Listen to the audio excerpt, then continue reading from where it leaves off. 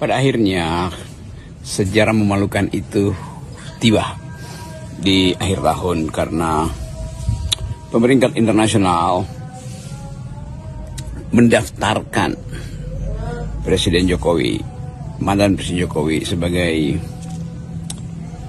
pemimpin otoriter dan korup di dunia.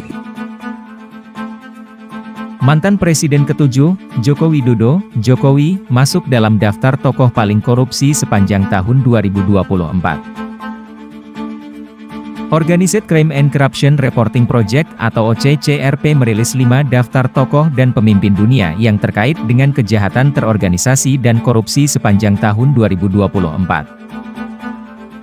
Mantan Presiden Jokowi memperoleh suara terbanyak tahun ini, menurut voting dari para pembaca, jurnalis, juri Person of the Year dan pihak lain dalam jaringan global OCCRP. Rocky Gerung sontak menyebut bahwa realita ini menjadi sejarah yang memalukan untuk negara Indonesia.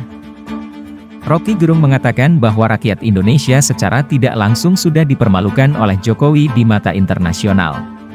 Jadi kita dipermalukan sebetulnya di depan mata internasional, dan sorotan itu akan membekas dalam catatan-catatan politik para peneliti yang akan mengevaluasi apa sebetulnya yang terjadi selama Presiden Jokowi memerintah.